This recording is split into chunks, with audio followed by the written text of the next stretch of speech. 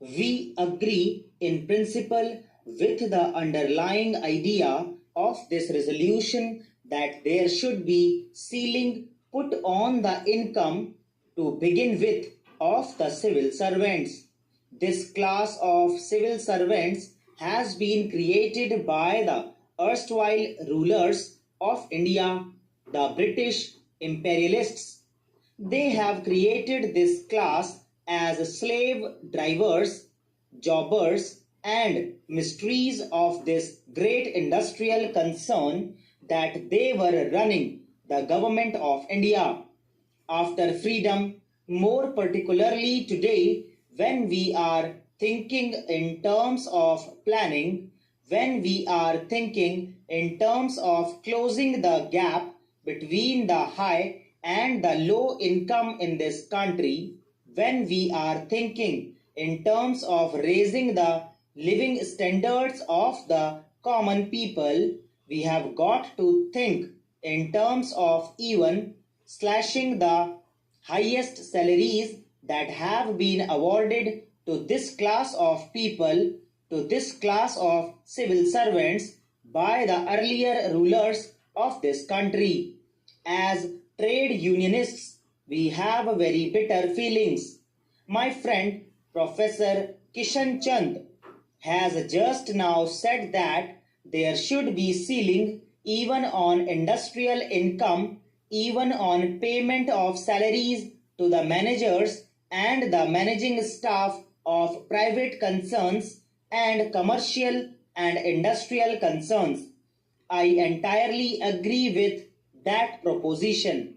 As trade unionists, when we present a case for wage increases, we have been shouting in every place, in every industry, that every concern wants to give higher salaries to the managerial staff in order that they may get the incentive to curb the workers, in order that they may work upon the workers as slave drivers, as mysteries, etc.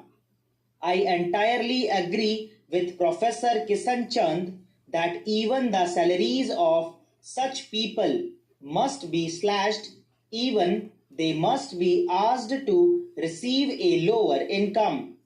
Just as a private industrialist, in the interests of the exploitation, in the interests of curbing down ordinary labor, wants to pay higher salaries to the supervisory staff, to the managerial staff.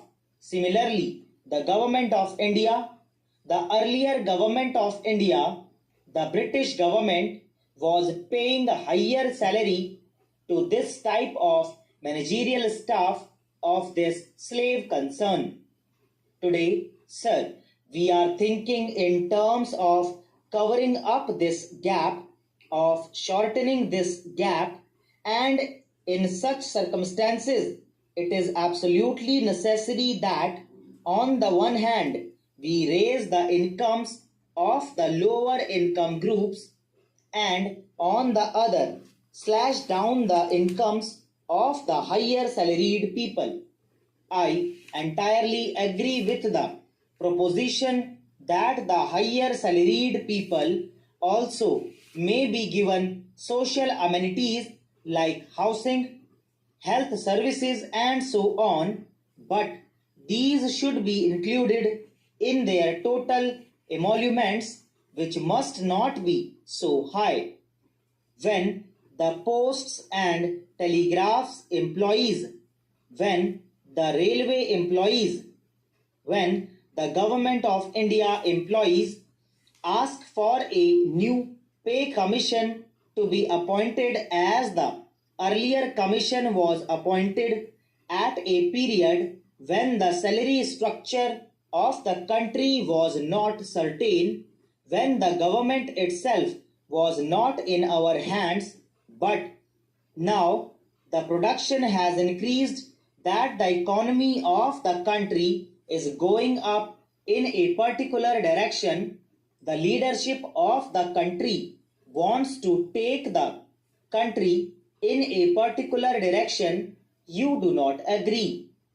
When the posts and telegraphs employees, the railway employees, the non-gazetted employees ask for an increase in their salaries, you come out saying that their salaries will not be increased unless they increase further the output and production. In this case, you want to link up production with salary when we are telling you that there is no incentive to the railway employees, to the posts and telegraphs employees, to the non-gazetted employees. You do not say anything, but you say that there should be incentive to the ICS officers, the police commissioners, and to all these people in the shape of high salaries. This is your policy. But, sir, this policy does not hold good with the declaration of a socialistic pattern. In the international organizations, in the ILO, and in other places, you say that there should be equal pay for equal work, but certain categories get a very high salary while certain others who may not be counted as civil servants, who may not be counted as the collectors, but who put in exactly the same amount or even more of work are not paid the same amount. For example, the collector is paid a certain amount, but what about the civil surgeon? Is not the civil surgeon equally responsible? Is he not the district medical authority? Even then, look at the disparity between the salaries of the civil surgeon and the collector. This sort of disproportion is there even in the higher services. There is disproportion not only between the higher services and the lower services, but there is disproportion even between the higher services of different categories among the forest services, judicial services, medical services, engineering services. In all these cases, there is this type of disparity. The nature of work, the amount of work, the total energy expended may be the same or even more, but the salary given is less. Therefore, sir, there is absolute justification that the whole thing should be investigated, the whole thing should be gone into, and a new salary structure must come which will definitely bring down this gap. Mr. Deputy Chairman, sir, I am really very happy that my friend Mr. Mukherjee has placed this resolution before the House. Just at present, I am not considering the feasibility of implementing it, but it gives us an opportunity to examine the approach that is adopted by the Planning Commission as well as by the government. My line of argument would be more or less similar to that of Professor Ranga. If one reads the Planning Commission's report, it makes a very disappointing reading. When coming to the income of the professional people as well as the commercial classes, the objective before the Planning Commission is 30 times the minimum income. दोस्तों इसी के साथ